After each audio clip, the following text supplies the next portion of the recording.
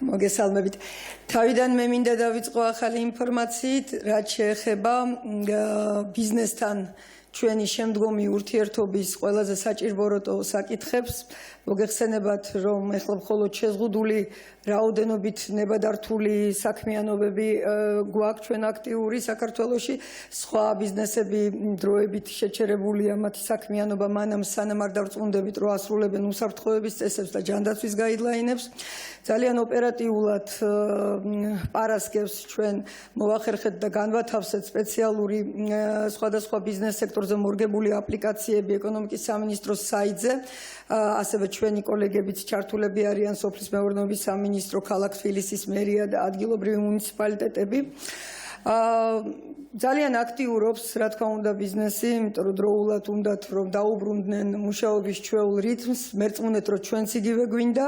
ძალიან ბევრი აპლიკაცია, უკვე ასობით აპლიკაცია შემოსული და მე შემიძლია მოგახსენოთ, რომ პრაქტიკულად დღეიდან ჩვენ ჯანდაცვის სამინისტროს სისტემაში არსებული შრომის ინსპექცია, ეკონომიკის სამინისტროს სისტემაში არსებული ტეგზე დამხედველობა, ასევე მუნიციპალური ინსპექციები გაერთიანებული ძალებით ვიწყებთ ძალიან ინტენსიურ შემოწმების პროცესს.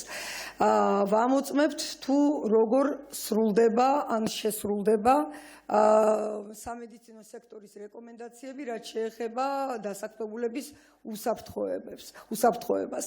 პირველ რიგში ვიწყებთ შემოწმებას იმ სისტემური საწარმოებიდან, ვისაც დღესდღეობით მიეცათ უფლება ფუნქციონირების. ეს, რა თქმა უნდა, აკისრებს მათ დამატებით პასუხისგებლობას და დავიწყებთ სწორედ ამ მსხვილი სისტემური საწარმოებიდან შემოწმებას, რომ დავრწმუნდეთ, რომ ყველა მითითებული წესი არის დაცული და იქ საქმიანობა უსაფრთხოა.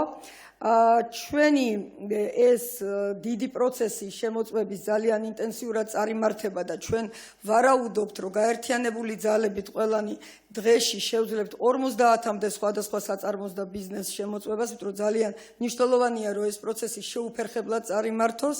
რა თქმა უნდა, პარალელურად დავიწყებთ იმ ბიზნესების მდგომარეობის შემოწმებასაც, ვისაც დროებით შეუჩერდა საქმიანობის უფლება, რომ მივცეთ მათ საშუალება დროულად გადაეწყონ, უპასუხონ ამ ახალ სტანდარტებს და შემდგომში გააგრძელონ ფუნქციონირება. მე რა თქმა უნდა, ამას ყვები და ამ ციფრებს ვასახელებ იმისთვის, რომ ილუსტრირება გავაკეთო, რაოდენ დიდი და შრომატევადი პროცესია. ამას გარკვეული დრო დაჭირდება, შევეგუოთ ამას.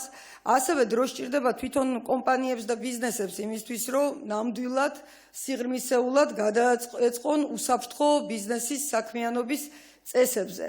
ეს არის ინვესტიცია, რომელიც თქვენ არ დაგეკარგებათ, ჩვენო მეწარმეებო, იმიტომ რომ სამომავლოდ ეს იქცევა ცხოვრების წესად. ამიტომ კარგად მოემზადეთ ეს რამოდენიმე დღე თუ კვირა გამოვიყენეთ იმისთვის, რომ მართლაც წარმატებით გაიაროთ ეს ჩვენი შემოწმების პროცესი და ჩვენ შევძლოთ თავისუფლად მშვიდად მოგცეთ შემდგომი საქმიანობის გაგრძელების უფლება. როგორც მოგახსენეთ, ვიწყებთ დღეიდან ამ შემოწმებებს, პერიოდულად გავაშუქებთ კიდევაც თუ რომელი საწარმო როგორ ასრულებს, ასევე თუ კი ჩვენ რამე გამოგვეპარება, თვითონ დასაქმებულები იქნებიან მთავარი ინდიკატორი და ცხელხაზზე მოგვახსენებენ, თუ კი რომელიმე საწარმო არღვევს რომელიმე guidelines წესს და ჩვენ რა თქმა უნდა სწრაფად მოვახდენთ რეაგირებას, იმიტომ რომ ჩვენი ამოცანა არის ამ პროცესში არა დასჯა, თუმცა ჯარიმებსაც და საქმიანობის შეჩერებასაც ითვალისწინებს ჩვენი კანონმდებლობა დღესდღეობით. არამედ დახმარება ბიზნესების, რომ რაც შეიძლება მალე გადაეწყონ ახალ პოსტ-კორონასეულ ეტაპზე და იყონ სრულიად უსაფრთხო, შეძლონ თავისუფლად გააგრძელონ თავისი საქმიანობა. გაბატონათია, თქვენ ნაწილობრივ უკვე უპასუხეთ ამ კითხვასაც, მაგრამ BMG-ს კითხვა არის ასეთი, რამდენად აქტიურობენ კომპანიები იმ სპეციალური აპლიკაციის შევსებისას, რომელიც საჭიროა ოპერირების გაგრძელებისთვის და ან რომელი სფეროები არიან, თუ შეგიძლიათ გამოყოთ და მცირედი სტატისტიკა რომ დაასახელოთ. ყველა სფეროს საწარმო აქტიურობს, ძალიან აქტიურობს სამშენებლო სექტორი და საშენ-მასალათა სექტორი თავისთავად, იმიტომ რომ ძალიან მასშტაბური მშენებლობები მიმდინარეობდა საქართველოში ბოლო დრომდე და მე ძალიან დიდი იმედი მაქვს, რომ მალე გაგრძელდება კიდევაც, უბრალოდ ყველა წესის დაცვით გაგრძელდება. რამოდენიმე ასეული აპლიკაცია არის უკვე შევსებული, 24 საათიან რეჟიმში მუშაობს ჩვენი სამინისტროც და სხვა ჩვენი კოლეგებიც ამუშავებენ ამ აპლიკაციებს. აპლიკაციები თვითონ თვითონ საკმაოდ ისეთი მოცულობითი ინფორმაციის ანალიზის შესაძლებლობას გვაძლევს, იმიტომ რომ გარკვეული ინფორმაცია არის ამა თუ იმ ბიზნესის შესახებ მოთხოვნილი. ვაანალიზებთ ამას ჯერ შიგნით თვითონ ჩვენს უწყებებში, მაგრამ პარალელურად ვსვამთ ამ შემოწმების გეგმებში. და როგორც მოგახსენებთ, შემოწმებისთვის ყველა ინსპექტორატი, რომელიც სხვა დროს იყოს სხვა საქმით დაკავებული, არის მობილიზებული.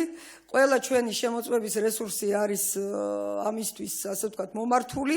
დღეში სულ მცირე 50 ბიზნესის გადამოწმებას ყველანი ერთად სხვადასხვა ინსპექციის მეშვეობით ვგეგმავთ.